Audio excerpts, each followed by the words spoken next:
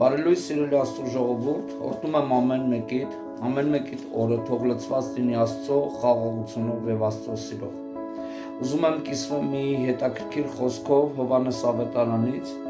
15:7-ում Հիսուս ասում է հետևյալը. Եթե կենաք ինձանում եւ իմ խոսքերը ձեզանում կենան, ինչ որ կամենաք խնդրեք, կլինի ձեզ։ Տեսեք սիրելիներս, Հիսուսը բացում է մի հիանալի գաղտնիք պատասխանված աղոթքների մասին։ Նա բացահայտում է, որ մեր աղոթքները կպատասխանվեն, երբ որ մենք լինենք Աստծո ներկայության մեջ ու Աստծո խոսքը լինի մեր մեջ։ Ինչի է դա տենց, որովհետև երբ որ մարդը բնակվում Աստծո ներկայության մեջ եւ Աստծո խոսքն է բնակվում մարդու մեջ,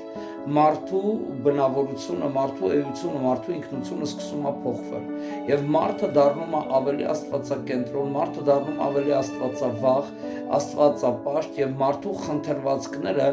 եսակենտրոն խնդրվածքներից փոխվում են դեպի աստվածակենտրոն խնդրվածքների։ Այդ ժամանակ աղոթքները լինում են ճիշտ, այդ ժամանակ աղոթքները լինում են Աստծո կամքի համաձայն եւ այդ ժամանակ մեր աղոթքները պատասխանվում են։ Դրա համար սիրելիս